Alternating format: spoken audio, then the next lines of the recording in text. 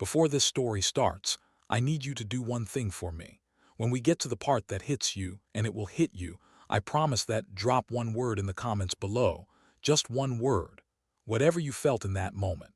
I will be in the comments reading every single one.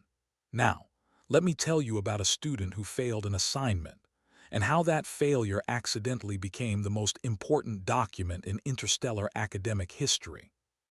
Her name was Kett-Sa-Vorn. She was a third-year student at the Kett-Sa-Vorn Institute of Xenological Studies, which was at the time of this story considered the finest institution of its kind in 4 galactic arms. The Kett-Sa-Vorn did not give compliments easily. When they called something the finest of its kind, they meant it in the way that old and serious civilizations mean things. Precisely, carefully, and with the full weight of several thousand years of comparative data behind it. The Institute had produced more significant xenological work than any other academic body in the galactic community. Its graduates held positions in every major diplomatic and research organization. Its faculty had authored texts considered foundational reading in fields that had not existed before they wrote the texts. Getting accepted was difficult. Staying was harder. Graduating was harder still. Kett-Sa-Vorn was, by every measure her professors applied, an excellent student. She had never failed an assignment in her life, until the humans. The assignment was standard for a third-year xenology course. Each student was given a species file, a dossier of observational data compiled by the Institute's long-range survey network, and asked to produce a comprehensive capability assessment. Not a full cultural analysis, which was fourth-year work, and not a threat classification, which required a different methodology entirely. A straightforward assessment of the species' developmental trajectory and projected capabilities over the next 2 centuries. The assessment had to include current technological level, rate of advancement, resource base, population dynamics, and a concluding projection that integrated all 5 data points into a coherent picture of where the species would be in 200 years. It was, as the professor had described it in the course outline, an exercise in pattern recognition. Most species fell into recognizable patterns when examined with sufficient data.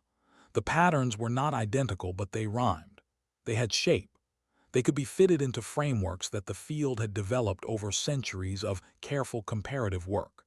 Kett-Sa-Vorn had done this successfully for 4 previous species in the course. She expected to do it successfully for the 5th. She opened the file on a Tuesday morning.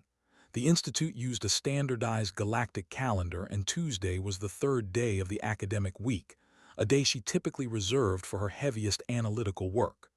The file was labeled Species 7492, Home System, Sol, Primary Planet, 3rd from Star, Classification at time of file compilation, Pre-Interstellar, Class 4 Biological, Standard Developmental Track.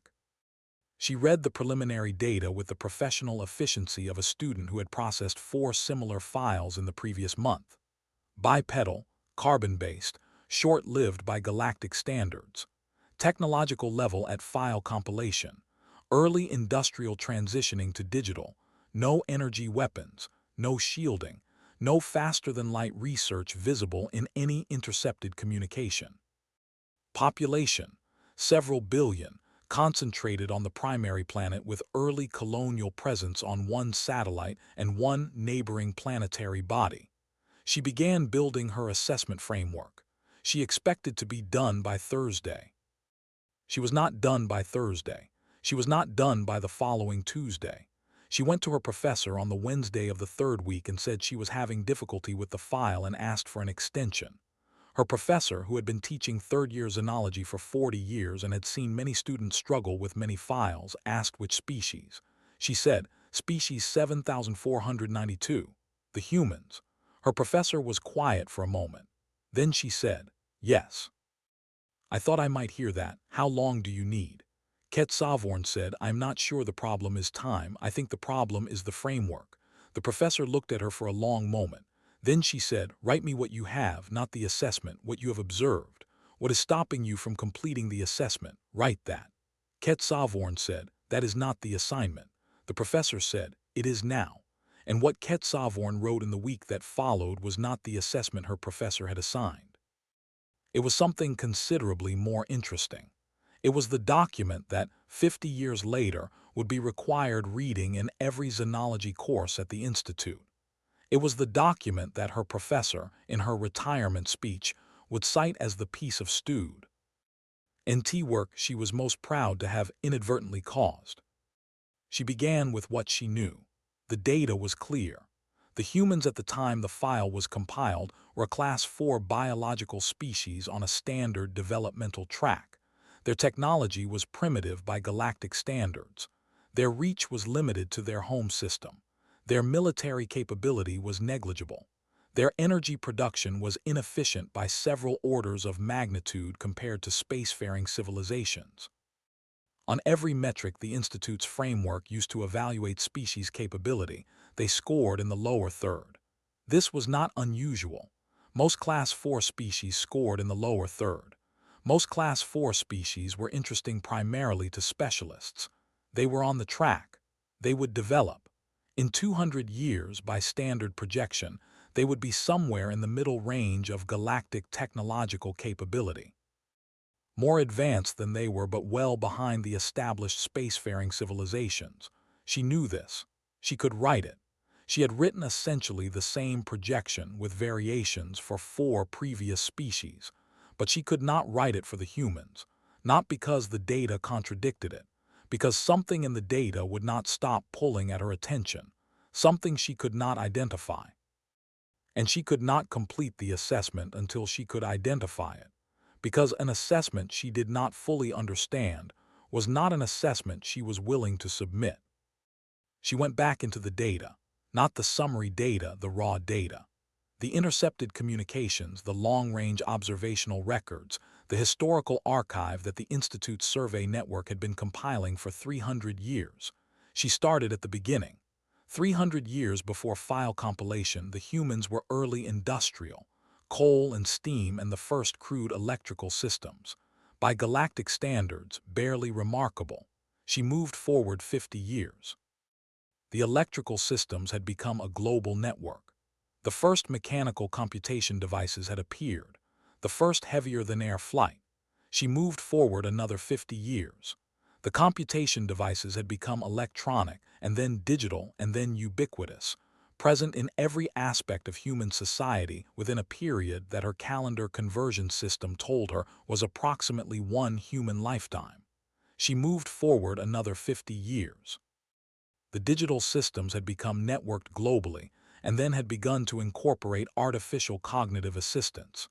The space program had gone from the first tentative orbital flights to a permanent presence beyond the planet within 60 years. She looked at the numbers. She looked at them again. She went to the Institute library and found every comparable data set for every Class 4 species in the archive. She spent 2 days reading. Then she went back to her own data and looked at the numbers one more time. She understood what had been pulling at her attention. It was the rate. The rate of human advancement was not on the standard developmental track. It was not close to the standard developmental track. It was not a variation within normal parameters.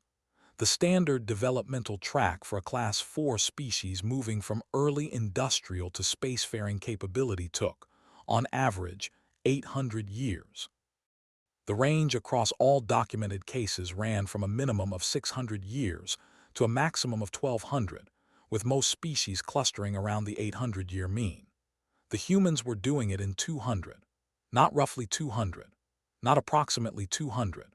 The trajectory, projected from the data available at file compilation, indicated a species that would achieve basic faster-than-light capability within 180 years of the file's compilation date. 130 years from the moment Kett-Sa-Vorn was reading the data. 130 years. The established minimum across all documented cases was 600. She was looking at a species on track to do in 130 years what the fastest developing species in the archive had done in 600. She checked her calculations 3 times. She asked 2 classmates to check them independently. They came back with the same numbers. One of them said, "That cannot be right." She said, "I know." He said, "Check again." She said, "I have checked 4 times." He was quiet for a moment. Then he said, "What is making them go that fast?" That was the question. It was the question that had been pulling at her attention since the first week. The question that the framework did not have a tool for answering, because the framework had not been built with the expectation that this question would ever need to be asked. Standard developmental models assumed a rate of advancement that correlated with available resources, population size, and technological base at each stage. These correlations held across hundreds of documented species. They did not hold for the humans. The humans were advancing faster than their resources, faster than their population size, faster than their technological base at any given stage would predict. Something was adding to the equation, something the standard model did not account for. She spent the third week looking for what it was.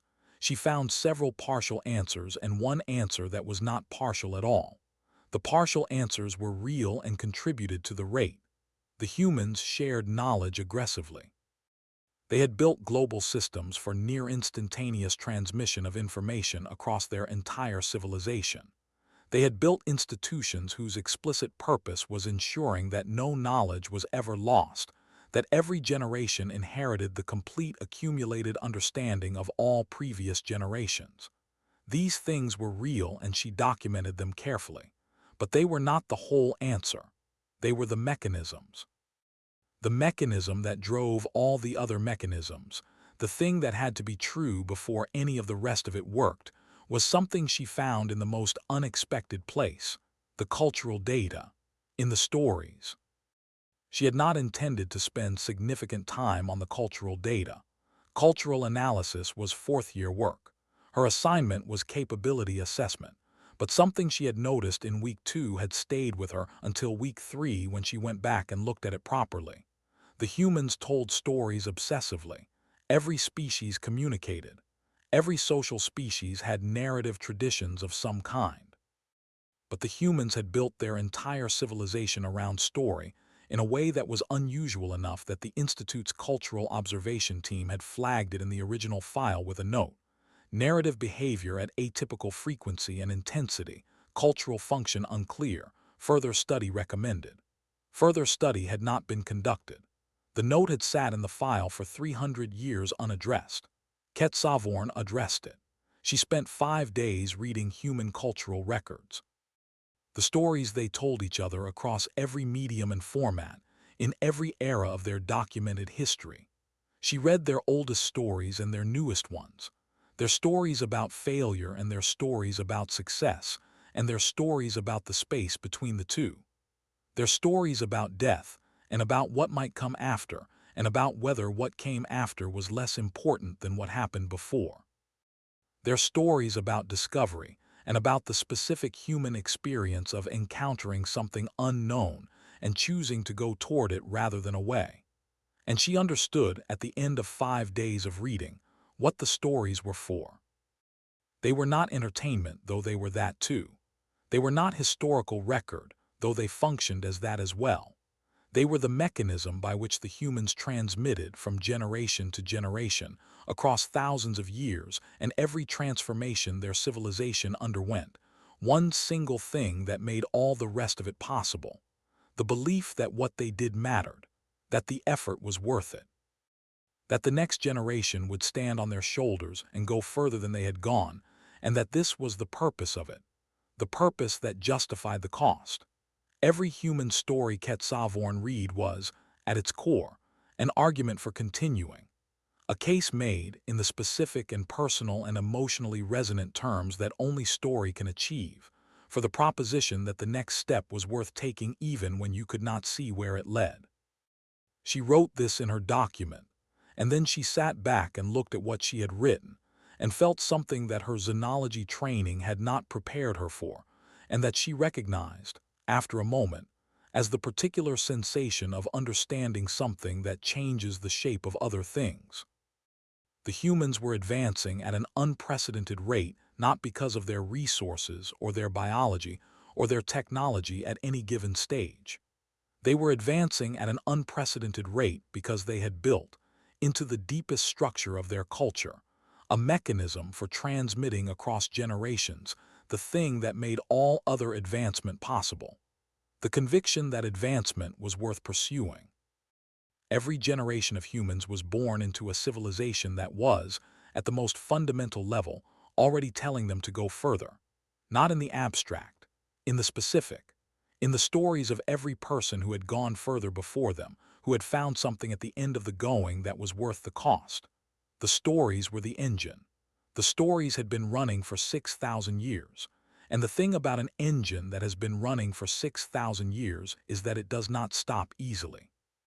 It does not stop when things get hard. It does not stop when the cost is high. It does not stop when the rational calculation says the odds are against success. It stops when the people running it stop believing that running it is worth it. And the humans had built a system for ensuring that no generation ever stopped believing that. They had encoded it in every story they had ever told each other. They had been encoding it for 6,000 years. And the result, compounding over those 6,000 years, was a rate of advancement that the Institute's framework had no category for. Kett-Sa-Vorn submitted the document on the 31st day after the assignment had been given. It was 11,000 words long. The assignment called for 3,000. She wrote a note at the top. I understand this is significantly longer than requested. I was unable to produce an accurate assessment in 3,000 words. If a shorter version is required, I can produce one, but I want the professor to know that any shorter version will necessarily omit things I believe are important. Her professor read the document over 2 days. Then she called Kett-Sa-Vorn to her office. She said, "You failed the assignment." Kett-Sa-Vorn said, "I know." The professor said, "The assignment asked for a developmental projection and you did not produce one. What you produced instead was an argument for why the standard projection methodology does not apply to this species." Kett-Sa-Vorn said, "Yes." The professor said, "I am going to give you a failing grade for the assignment as submitted." Kett-Sa-Vorn said, "I understand." The professor said, "I am also going to submit your document to the Journal of Comparative Xenology for peer review publication." Kett-Sa-Vorn said nothing for a moment. Then, "It is a student paper," the professor said. "It is the most significant piece of xenological analysis I have read in 15 years. The grade stands. The submission also stands. I hope you understand that these two things are not in conflict. You failed to do what you were asked. What you did instead may turn out to matter more." The paper was published 6 months later. The peer review process passed it with revisions and a note from the review panel that described it as a significant contribution that raised important questions about the foundational assumptions of standard capability assessment methodology. The response to its publication was, in the quiet and considered way that academic responses tend to be, significant. Other xenologists read it. They checked the data. They checked the calculations. Several went back to the human file and looked at the 300 years of observational data with the specific attention of people who had just been told to look more carefully. They found what Kett-Sa-Vorn had found. They found the rate. They found the story mechanism. They wrote their own papers. The papers cited each other. A literature developed. A literature that was, at its core, about one question. What do you do with a species advancing faster than the framework says anything can advance? And why is it doing it? And what does it mean for the next 100 years? The answers that developed were varied and contested and interesting.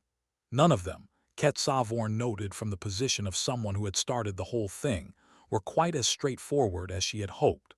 The humans were more complicated than any single paper could capture.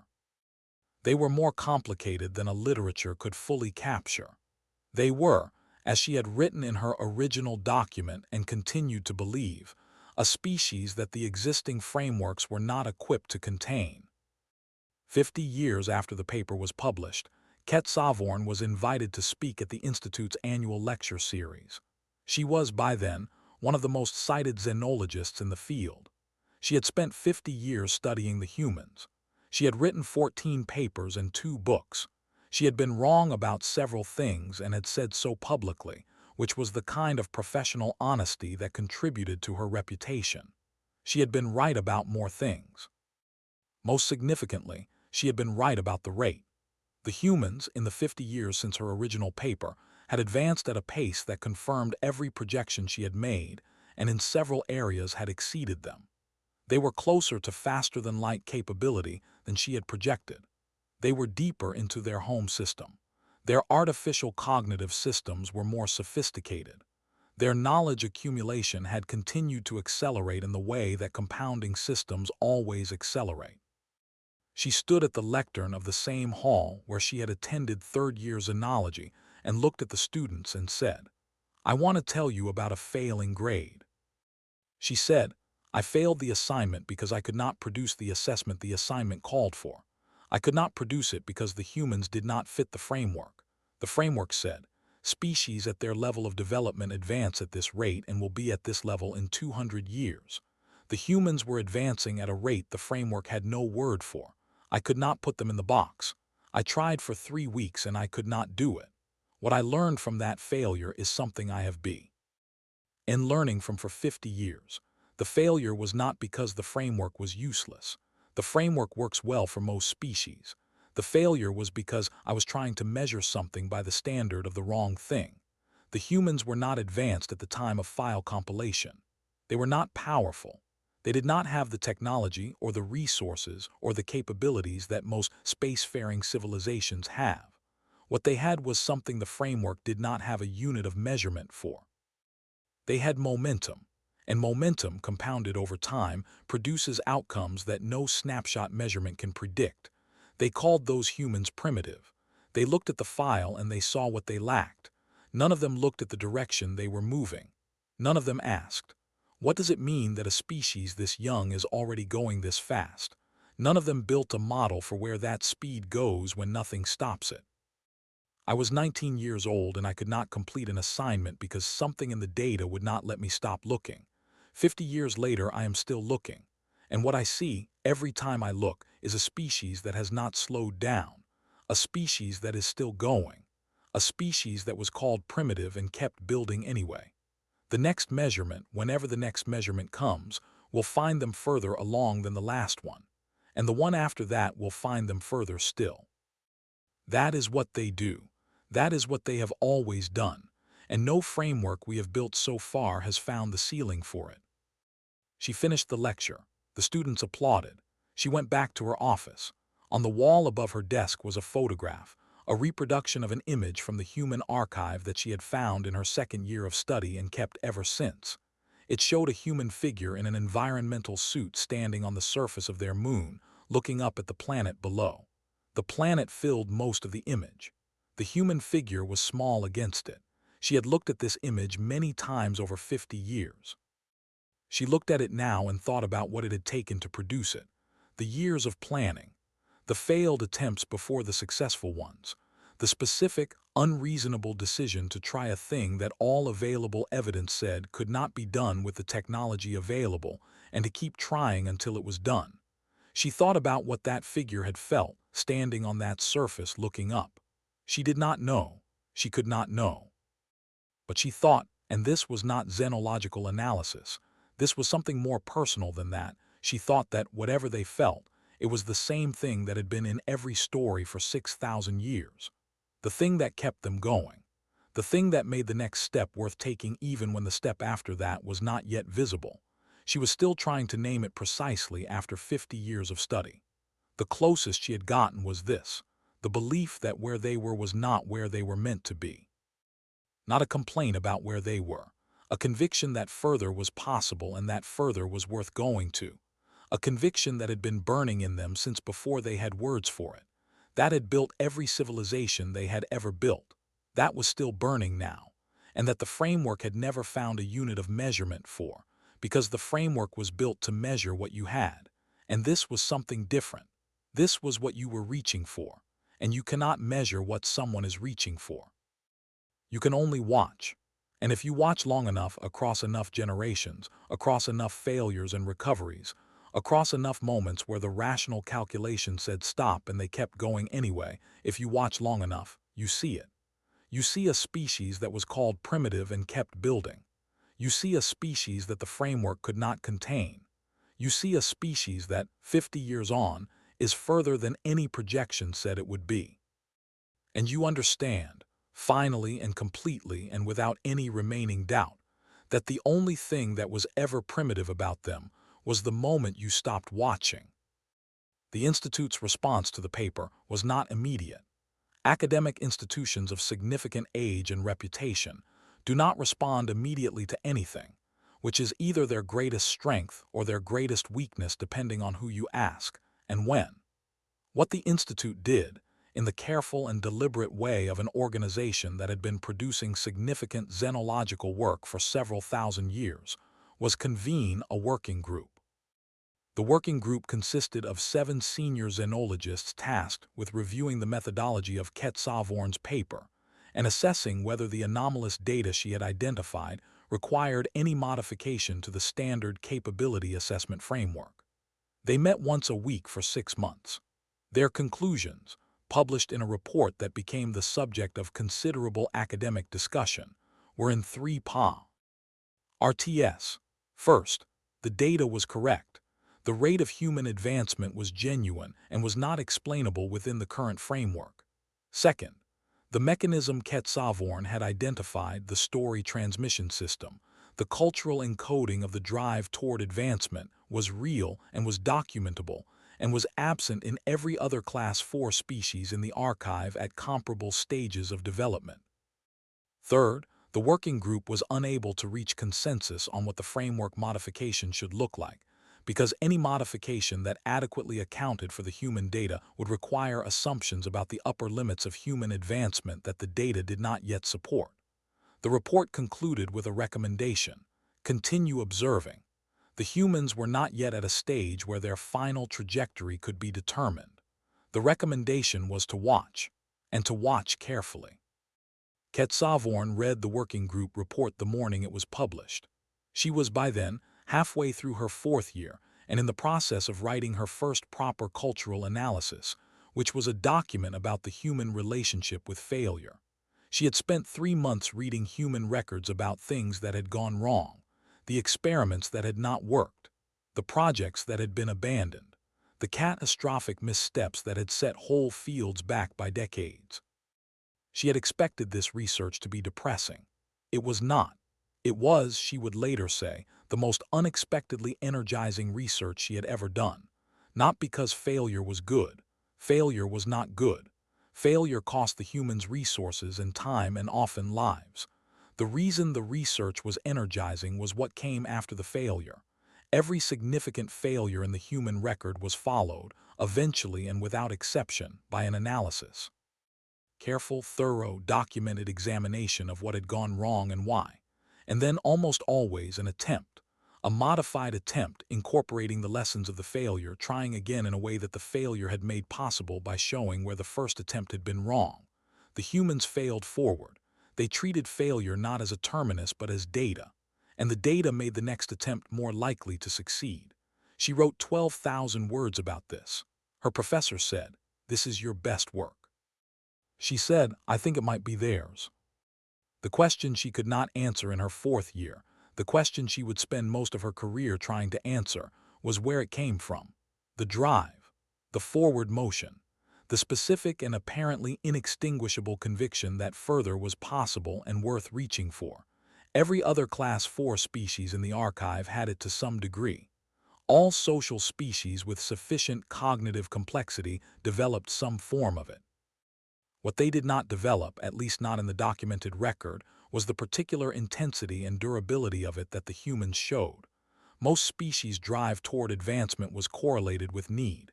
When survival was threatened, they advanced. When survival was secure, they consolidated. This was rational. This made sense from a resource allocation standpoint. The humans did not do this. The humans advanced regardless of immediate survival need. They advanced when they were comfortable. They advanced when they were suffering. They advanced when the advancement had no clear survival benefit and when it was genuinely dangerous, and when it consumed resources that could have been allocated to more immediately practical purposes. They sent probes to the edges of their solar system, not because they needed to, but because they wanted to know what was there. They built structures to look at the universe across distances so vast that the information they received was millions of years old, not because the information was useful, but because they found it beautiful, and because they were not willing to leave a question unanswered just because the answer was difficult to reach. She looked at this data for 2 years and eventually wrote, "I do not think the drive came from anywhere. I think it is what they are. I think it is the thing that was there from the beginning, before the stories were encoding it, before the institutions were preserving it. The stories and the institutions grew around it because it was already there. You cannot explain what something is made of by pointing to what grew around it. You can only observe the thing itself. And the thing itself, in the humans, is a drive toward the next thing that does not require a reason. It is as fundamental to them as breathing. And like breathing, it does not stop simply because stopping would be easier." The 50-year anniversary of the paper's publication was marked by a symposium at the institute that Kett-Sa-Vorn attended as keynote speaker. She had been to many symposia over the course of her career. This one was unusual because it was attended not only by xenologists from the Lethsanhari academic world, but by representatives of 7 other civilizations, 3 of which were members of the galactic community, who had their own observations of the humans and their own questions about what those observations meant. The discussion was wide-ranging and not always in agreement. The representatives from the Kett-Sa-Vorn Administrative Division had concerns about what human advancement at its current rate would mean for the administrative structures of this galactic sector in the next 100 years. The Skethra, who had been spacefaring for longer than most civilizations and who had developed a particular philosophical tradition around the question of what made civilizations last, were interested in what the human case implied about the relationship between cultural encoding and developmental trajectory. Everyone, regardless of their specific interest or their particular concern, had the same underlying question: where does it stop? And Kett-Sa-Vorn, who had been asking this question for 50 years and had not found an answer that satisfied her, said what she had come to believe in those 50 years. "I do not think it does. Not in any time frame we can currently measure. And I think that is the most important thing about them. Not what they have built, not what they have achieved, that they keep building, that the achievement is never the end of it. Everything they build becomes the platform for the next thing. Every ceiling they reach becomes the floor they stand on to reach the next one. I have been watching them for 50 years. The ceiling keeps moving. I do not have a projection for where it stops because I have not seen evidence that it stops. What I have seen is a species that was called primitive and built a global communications network in 50 years and reached their moon in 60 years and began reaching their solar system in 80, and is currently, at the time of this symposium, in active development of the technology that will end the faster-than-light barrier entirely. They were called primitive. They were primitive in the moment they were called it. And then they built 50 years' worth of things, and the people who called them primitive had to find new words. She talked about the moment she had understood the stories. The 5th day of the 3rd week, when something she had been reading for 5 days clicked into place, and she saw the mechanism whole for the first time. She had been a 19-year-old student in a library reading material that was technically outside the scope of her assignment. She had been looking for an answer to a question the assignment had not asked her to ask. She had found something that was both simpler and larger than she had expected. She had found a civilization that had learned how to pass something across time. Not just knowledge, not just technique, the belief in the value of going further.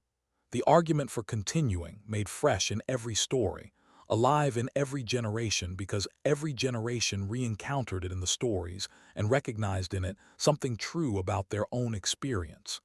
She had found this at 19, and it had taken her 50 years to begin to understand what she had found.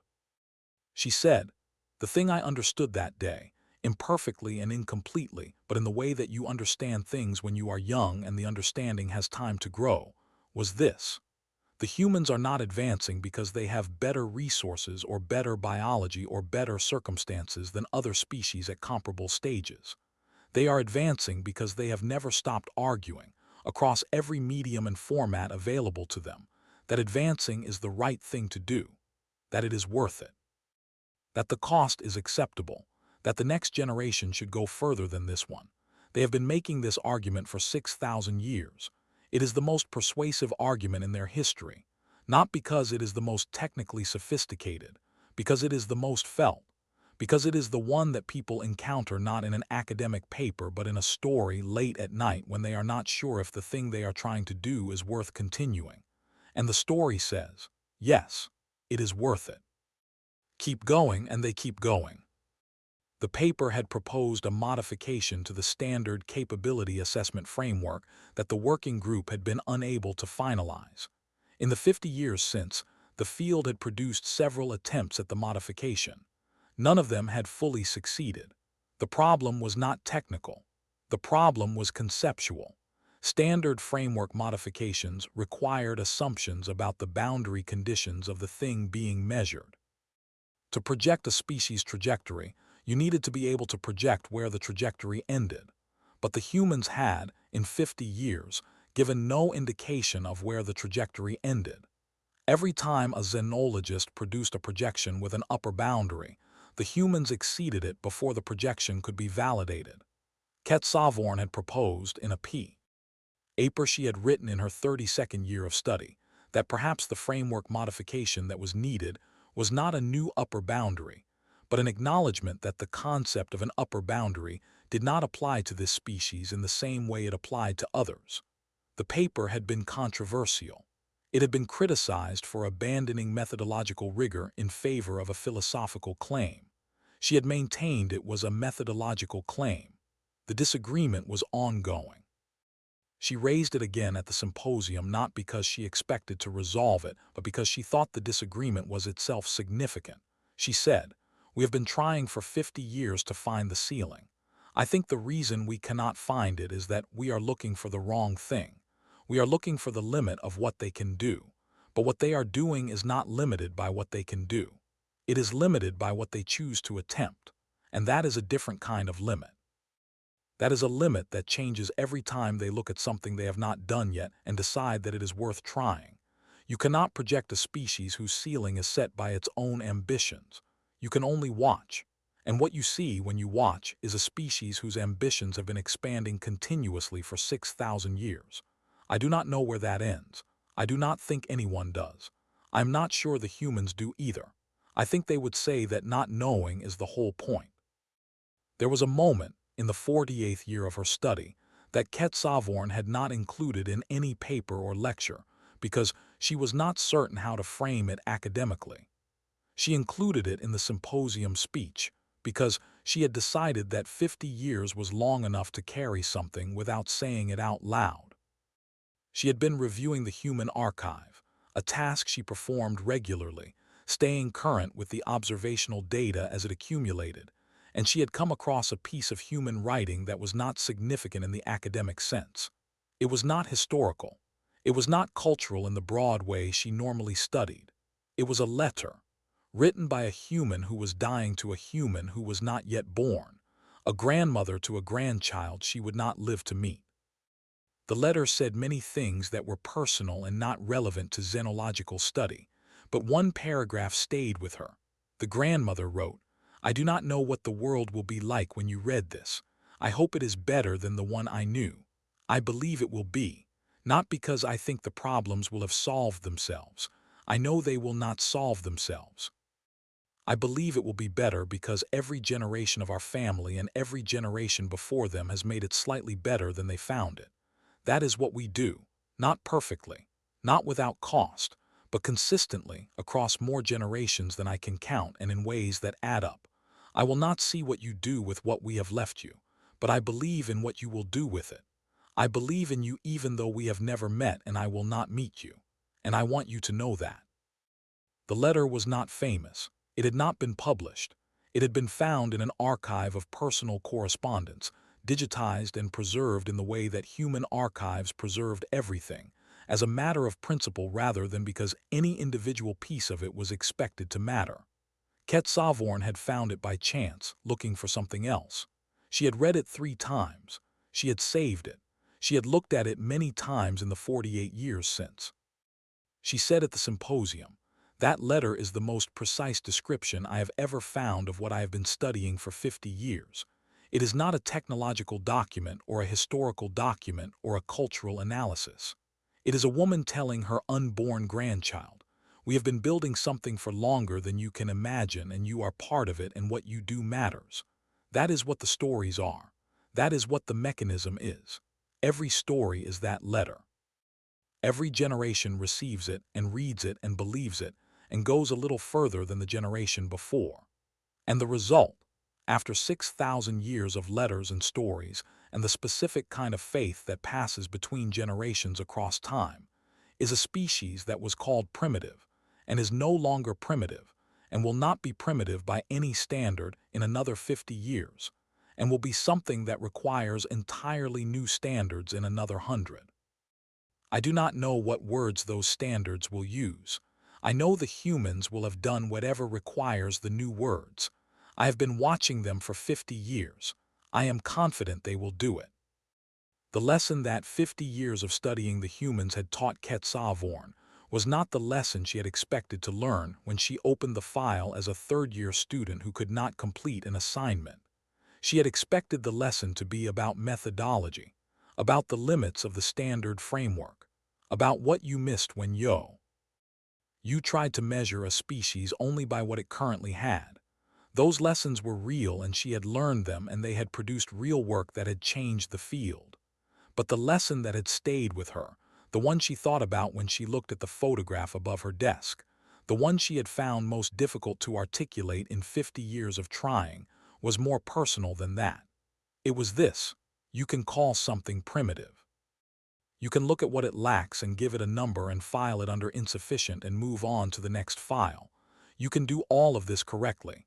The measurement can be accurate, the classification can be defensible, and you can still be completely wrong about what you have measured, because primitive is a description of a moment, and a species is not a moment. A species is a direction. It is a trajectory.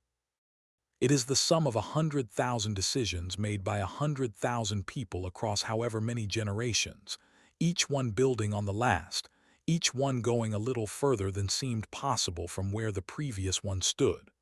The humans were primitive in the moment the file was compiled, and then they kept going. And every time you came back to check, they had kept going. And every time you came back to check, the word primitive applied less, and the word remarkable applied more, and the word unprecedented started to come up in the literature with increasing frequency. The only thing that changed between the moment they were called primitive and the moment they were called unprecedented was that they kept building. They did not stop. They would not stop. The drive that had been in them for 6,000 years was still in them, still burning, still pointing forward, still generating in every generation the conviction that further was possible and worth reaching for. Drop that word in the comments. Whatever hit you, whatever this story did to you, I want to know. One word, I am waiting for it. And subscribe to UG Human HFY, because the next episode is nothing like this one. Every story on this channel is its own thing. That is the promise. We keep it. Drop one word in the comments. Whatever the moment was that landed, just one word. I am reading all of them. The next episode is a completely different voice, a completely different angle, a completely different story. That is the promise of this channel. Subscribe to UG Human HFY. We are not done yet.